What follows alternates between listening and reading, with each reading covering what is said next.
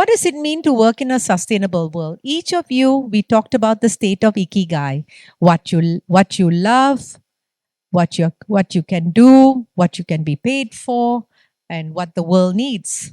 There are so many people out there, billions of people out there. We can help in our own little way, in our own way, with our own given Shakti to end poverty and hunger in all forms and ensure dignity and equality, particularly for women. Particularly for women and the girl child. Even till today, all around the world, there are girl childs who face female genital mutilation. There are girl childs who are not allowed to have education, like in Afghanistan. There are places where there are no toilets in school so that girls cannot have an education, particularly when they have their periods and need to access toilets for their feminine hygiene. So look at how you can come into this world for the sake of the people, for the sake of the planet. How can you protect our planet, natural resources, and climate for future generations? How many of you here, I remember on day one when I did the meditation with you on working with the nature and working with the planets, and we moved through all the colors and chakras. I asked how many of you feel very close to the Mother Earth? And several of you put up your hands. How many of you feel very close to the water energy? And you know, water and sanitation. Water is important. Clean water is going to be vital in the world. Today, there are countries in the world that do not have clean water. There are towns and cities that actually do not have clean water. All we have is chemically treated water that we are drinking. If the next world war is to be fought, it's going to be a war on water. We're already seeing a war on food with the Ukraine war, because now we have a shortage of several types of grains, several types of food supplies. And, you know, there's as a way to paralyze Europe and even Africa that depend on the grain that comes out of Ukraine. This is horrific. This is horrific. Food security. And as women, as Shaktis, we can go out into the world and do much more to restore food security in all our communities. You know, yes. Yeah, thank you so much. So every time I come to India, seeing the plastic everywhere is like just really difficult to see. And just right before Shakti Kum started, I had this idea: if we could get the funding, if we could get like very wealthy investors to donate, and then we could hire some of the poorest people to help pick up the trash. So people who don't have any money, they make money, and then we pick up the trash. And I just feel like if we could clean up India, like India should be clean. And how do we get the funding, I guess, is the main thing. So that would lead to the next quadrant, partnerships. I have found for all the projects that I've done over the worldwide, I didn't have to come with the money. I didn't have to come with the technology. I didn't have to come with the bureaucracy and cutting all the red tapes with governments and everything. I worked with all these partners, funding partners, knowledge partners, technology partners, government partners, NGO partners, foundations, get partners. Yeah.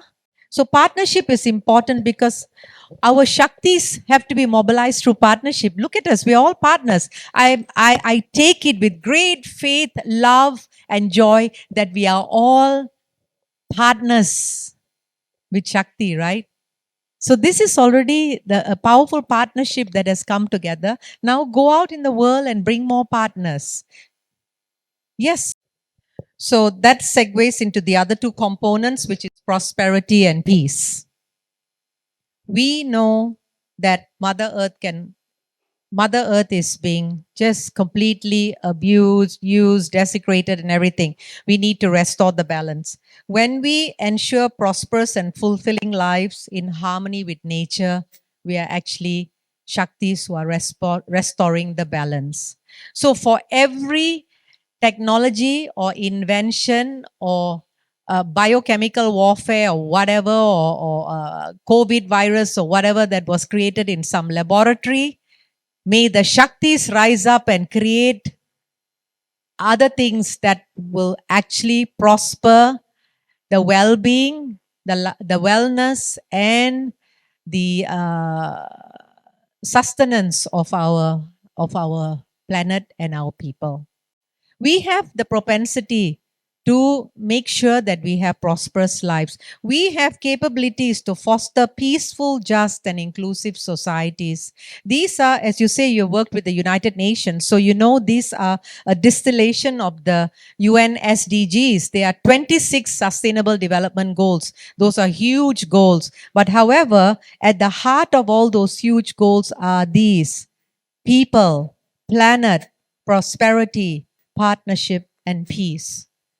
In each of us lies the potential to do something, to reach out, to communicate. If we are good in communication, you're good in social media, you're good in teaching, you're good in writings, you're good in creating movies, songs, plays, whatever. Bring the messages alive. Bring all mother's teachings alive. Everything that we have learned here for the last 20 days, there's some aspect that can help us prosper. There's some aspect that can help people live more peacefully instead of going to war, right?